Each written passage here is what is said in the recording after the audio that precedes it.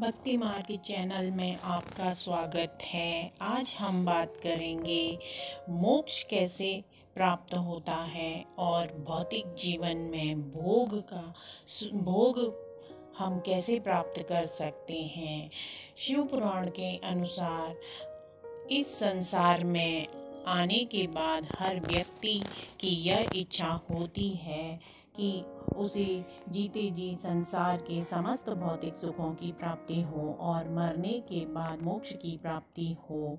क्या ये संभव है? शिव पुराण के अनुसार मोक्ष प्राप्ति करने के लिए 10 बातें बताई गई हैं। नंबर 1, धन संग्रह करना। शिव पुराण के अनुसार मनुष्य को हमेशा सत्य के मार्ग पर चलकर ही धन कमाना चाहिए और उसका संचय भी करते रहना चाहिए। कमाए हुए धन को 3 भागों में बांट लेना चाहिए। पहला भाग धन वृद्धि में लगाना चाहिए, दूसरा भाग धर्म के कार्यों में खर्च करना चाहिए, तीसरा भाग अपने घर चलाने में, जीवन यापन करने में खर्च करना चाहिए।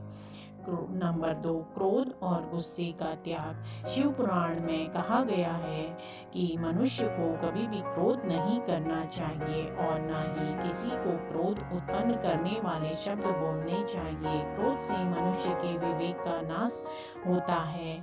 किसी भी व्यक्ति का सबसे बड़ा दुश्मन उसके क्रोध को माना गया है। क्रोध से मनुष्य का जीवन कष्टकारी हो जाता है। नंबर 3, भोजन का उपवास रखना। जिस प्रकार मनुष्य को भोजन से शक्ति मिलती है, ठीक उसी प्रकार उपवास रखने से व्यक्ति के अंदर शक्ति का संचार होता है। इसलिए कहा जाता है कि प्रत्येक व्यक्ति को सप्ताह में 1 दिन उपवास अवश्य रखना चाहिए। शिव पुराण में कहा गया है कि शिवरात्रि का व्रत अवश्य रखना चाहिए। इस व्रत को रखने से मनुष्य को शिव कृपा प्राप्त होती है और भोग और मोक्ष दोनों की प्राप्ति होती है। अच्छे कर्मों से ही भाग्योदय होता है और सुख समृद्धि की प्राप्ति होती है। नंबर 4, संध्या काल का समय। संध्या काल का समय भगवान शिव का होता है।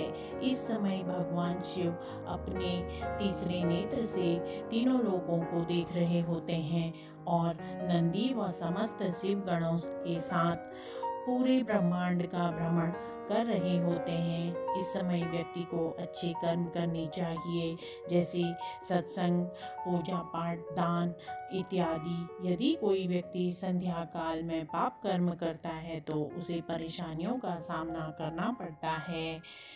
नंबर 5, सदा सत्य बोलना। शिव पुराण में कहा गया है कि व्यक्ति को किसी भी परिस्थिति में सदा सत्य बोलना चाहिए। सत्य बोलने वाला व्यक्ति हमेशा शांत रहता है। असत्य बोलने वाला व्यक्ति हमेशा अशांत और दुखी रहता है।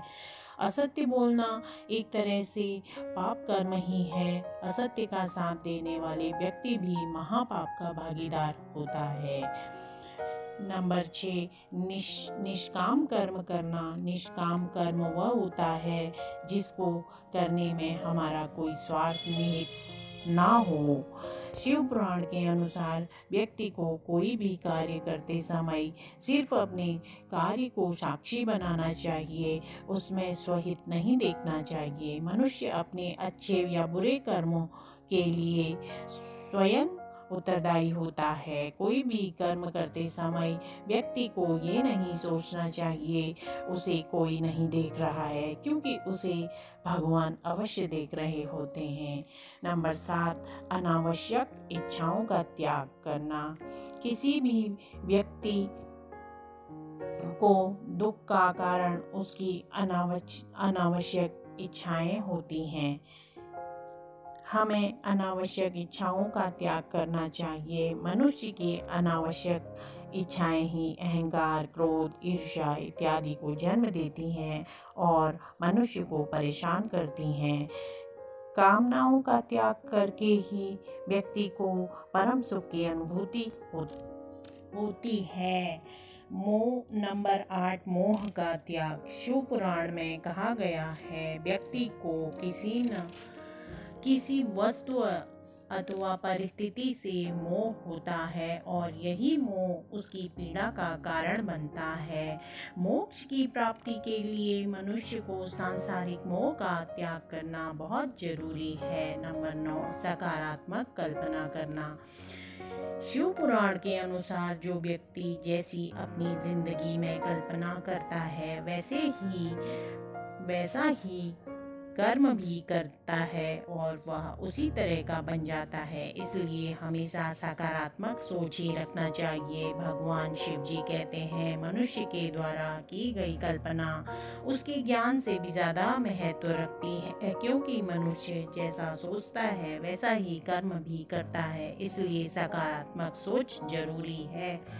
पशु नहीं आदमी बनना। नंबर 10, शिव पुराण के कथन के अनुसार मनुष्य जब तक हिंसक पशु के समान है तब तक उसमें ईर्ष्या, द्वेष, बैर, अपमान, मोह आदि प्रवृत्तियां होती हैं। इंसान का मन सबसे ज़्यादा भटकता है। मनुष्य को चाहिए वह हिंसक पशु के समान आचरण का त्याग करे।